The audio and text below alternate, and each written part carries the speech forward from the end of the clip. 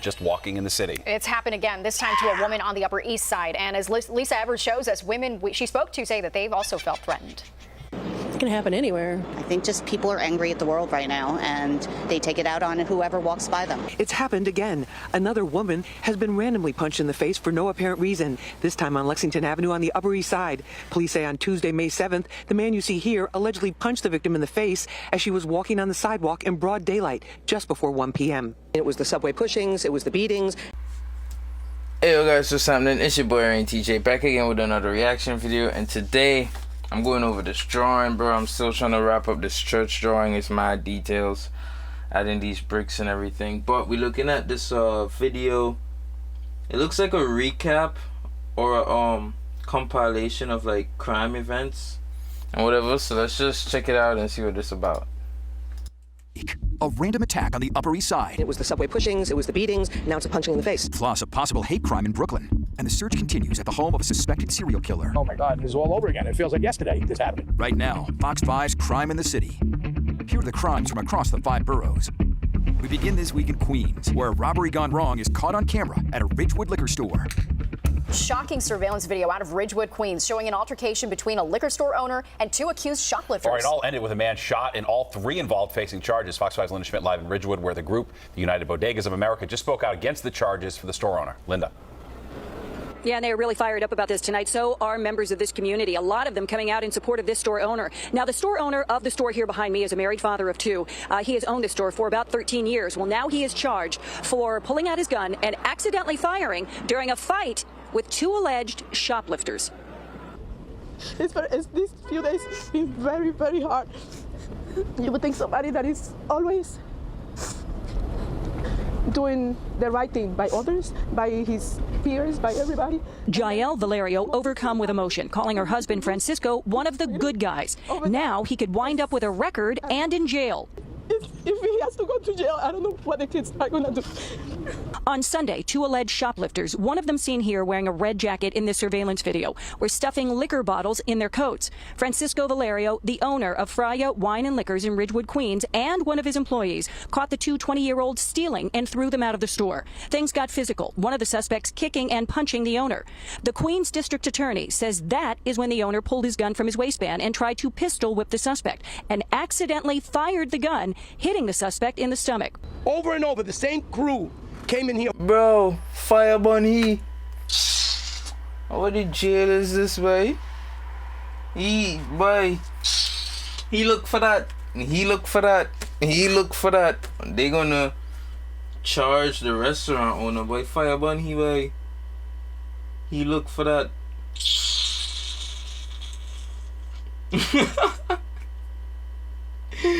Yo. Should have hit him 2 shots. He look for that. What trouble is this? 4 times to rob the store and get away with it. This time, they did not. Valerio, who was a father of 2, has a legal concealed carry permit for his 9mm semi-automatic pistol. DA Melinda Katz has charged the 2 alleged shoplifters with petty larceny, but the store owner is charged with assault. Quote, the store owner was physically attacked by one of the men. Unfortunately, as alleged, that led to a reckless shooting by the store owner on a public street in broad daylight. All 3 of the defendants in this incident will have to answer charges against them. The Bodega Association is demanding the DA drop the charges. If you got shot and you're a criminal, you are a criminal. Right. You are not a victim. Right. We cannot, as a community, allow for Francisco to get prosecuted. People in this community are also weighing in, supporting the store owner. The owner, I believe, has the right to protect, his business. Right. He had a permit to carry it, and they were assaulting him, and it was an accident.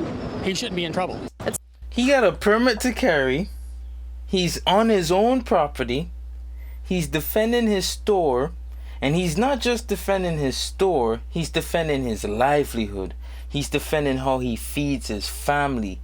He's defending how he puts bread in his wife and children's mouth. He's probably defending how he takes care of his parents and some of his other siblings and their descendants. I mean, he's the store owner. You don't know if everybody else in the family owns stores. You don't know their financial standing. But one can only assume he's the breadwinner in his house at the very least. So He's defending all that, bro. He's defending his children going to school, education. Cause how you paying for that? How you paying for that? With the same liquor that these boys stealing. He catch them stealing. He defending that. He kicked them out. This stinking rank youth who get caught stealing, trying to fight him. Bro, you crazy, bro? And then he accidentally shoot you. I don't care if he accidentally shoot you, for real, for real. It could have been an intentional shot. Bro, he's defending.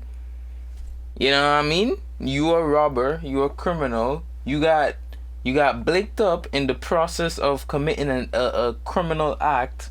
You gotta take that, bro. You gotta take that on the chin. You gotta chest strap that, bro. You gotta, you know what I mean?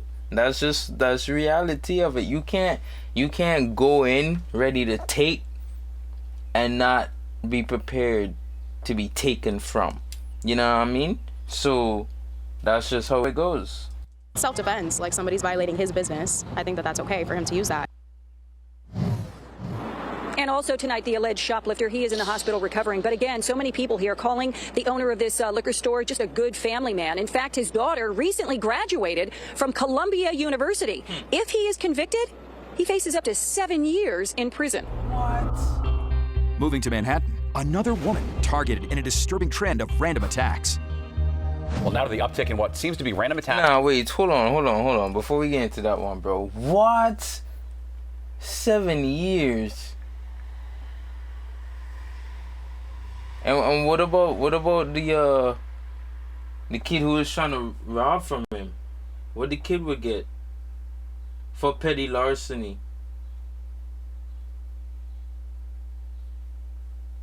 Bro, if you know, comment down below. That's crazy, bro. Some people just walking in the city. It's happened again, this time to a woman on the Upper East Side. And as Lisa Evers shows us, women she spoke to say that they've also felt threatened. It can happen anywhere. I think just people are angry at the world right now, and they take it out on whoever walks by them. It's happened again. Another woman has been randomly punched in the face for no apparent reason, this time on Lexington Avenue on the Upper East Side. Police say on Tuesday, May 7th, the man you see here allegedly punched the victim in the face as she was walking on the sidewalk in broad daylight just before 1 p.m. It was the subway pushings, it was the beatings, now it's the punching in the face. And I am very frightened myself, to be honest with you. This incident comes after a string of random attacks, including one of actor Steve Buscemi. The most recent NYPD statistics show that citywide felony assaults are up by 4% so far this year compared to 2023. That breaks down to about 3 every hour, but those numbers are based only on what's reported. It's terrifying. You hope that you can walk around your street and go to work and live your life safely. This longtime resident is now wary, even while walking her dog, after getting aggressively shoved by a man in the same neighborhood last month. I was walking with my daughter and my dog and just slammed into me. My bag went flying. I think that this neighborhood has really taken a hit, and I've lived here for 40 years and I can't wait to get out of here, to be quite honest. It's not safe. Some of the women we spoke with are taking their own precautions. I don't wear headphones on my head anymore. I used to walk briskly. I walk a little slower. I look behind me. I look in the mirrors, in the windows. Adding to the fears, the fact that like the May 7th attack, the assaults are happening during the day, and like this incident, by men who appear to be regular New Yorkers. Such an uptick, I think, of just people looking for to scare women, to be honest. If you recognize the man you've just seen in the images we've shown you, police are asking you to call 1-800-577-TIPS, and you don't have to give your name. Now to Brooklyn. 2 teens in Crown Heights become the latest victims of gun violence in the city. 2 17-year-old boys were shot in the Crown Heights section of Brooklyn tonight. Happened just before 7 o'clock off Bergen Street. Police say one teen was shot in the chest and the other was shot in the leg. It's unclear what led up to the shooting. Both teens were taken to a local hospital in stable condition. The investigation is still ongoing. Staying in Brooklyn, an attack outside a Bushwick home becomes the focus of a hate crime investigation. Well, the NYPD's hate crimes unit is investigating after 2 suspects reportedly hit a non-gender conforming person with a pipe in Brooklyn last week. Police say on May 13th around 5 p.m. the victim was sitting on the front steps of their home near Borum Street and Bushwick Avenue when 2 male suspects approached them, made anti-sexual orientation statements, and struck the victim in the head with a metal pipe before running off. The victim had bruising to the head but refused medical attention. If you have any information, you're being asked to call Crime Stoppers. Bro, whether or not you agree with someone's sexual choice, bro, like, at the end of the day, who they sleep with don't got nothing to do with you, bro. Like, it doesn't affect you in any real way. Whether or not you agree with it, if you don't like it, you know, whatever. You could disagree as much as you want. You could argue argue as much as you want. But for you to just pick up yourself and go smack somebody in the head with a metal pipe, bro, just because you disagree with how they live their life. I thought people would stop thinking like that like years ago. You know what I mean? I don't know, bro. The problem isn't about the color of our skin. It's not so much about the financial differences. I mean, that has a part to play with it, but that stems from what I'm gonna say next. It's the mindset. It's people's mindsets, bro. Like, we can't still be in this mindset. We need to eradicate certain mindsets. Like, absolutely eradicate. Wipe it off the face of the earth. Every single, you know, mindset like that, bro. And just get rid of it entirely. Because this is crazy, bro. It's 2024, bro. Why people still think like this and still do stuff like this? Like, bro, mind your business. Don't you have student loans? Don't you have taxes? Don't you have a job? Don't you have a hungry child, a mama to make proud? Don't you have something to do? You know what I mean?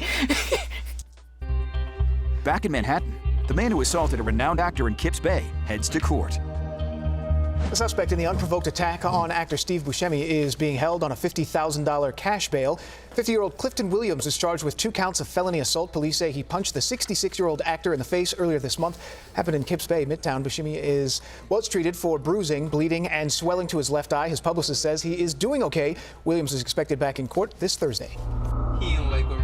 And finally, leaving the city, investigators once again descend on the home of suspected serial killer Rex Heuermann.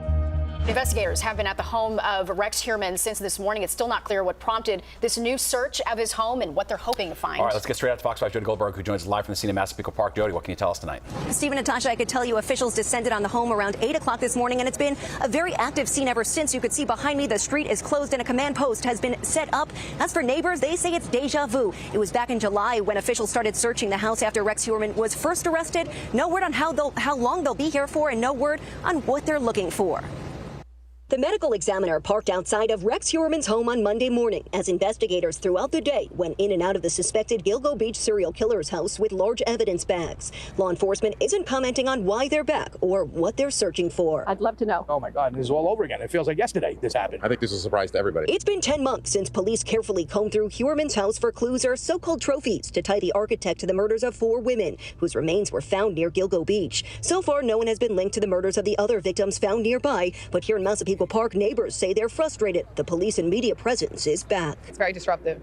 We just want to know why. Experts say this multi-agency search involving the Gilgo Beach Task Force is likely for something specific. Heuermann's estranged wife, Asa Ellerup, and their son are in South Carolina. Their daughter is staying elsewhere, according to Ellerup's attorney, Bob Macedonio, who says he hasn't received the application for the search warrant or the warrant itself. The search comes 3 weeks after the same task force worked the woods out in Manorville and then the South Fork in Suffolk County. I just hope they have something to end this thing and put it to rest. And we don't want this in our area, just constantly over and over again, coming to search this guy's house. Either find something or don't. Now Heuermann, who's being held without bail, is due back in court next month. We reached out to his attorney and have not heard back. As for Ellerup's attorney, he wants us to know that no arrests have been made and he doesn't anticipate any either. Bro, crazy, bro. Some of this stuff is just crazy, bro. I have no idea what's happening to society, bro. People seem to be just losing it, bro. You know what I mean? But look, yo, if you like the art to the side, hit the like, hit the subscribe. I've been drawing all video. I'm trying to knock out this church drawing for real. But yeah, yo, thanks for watching, and I'm gonna see you on the next one. All right, have a good day, everybody.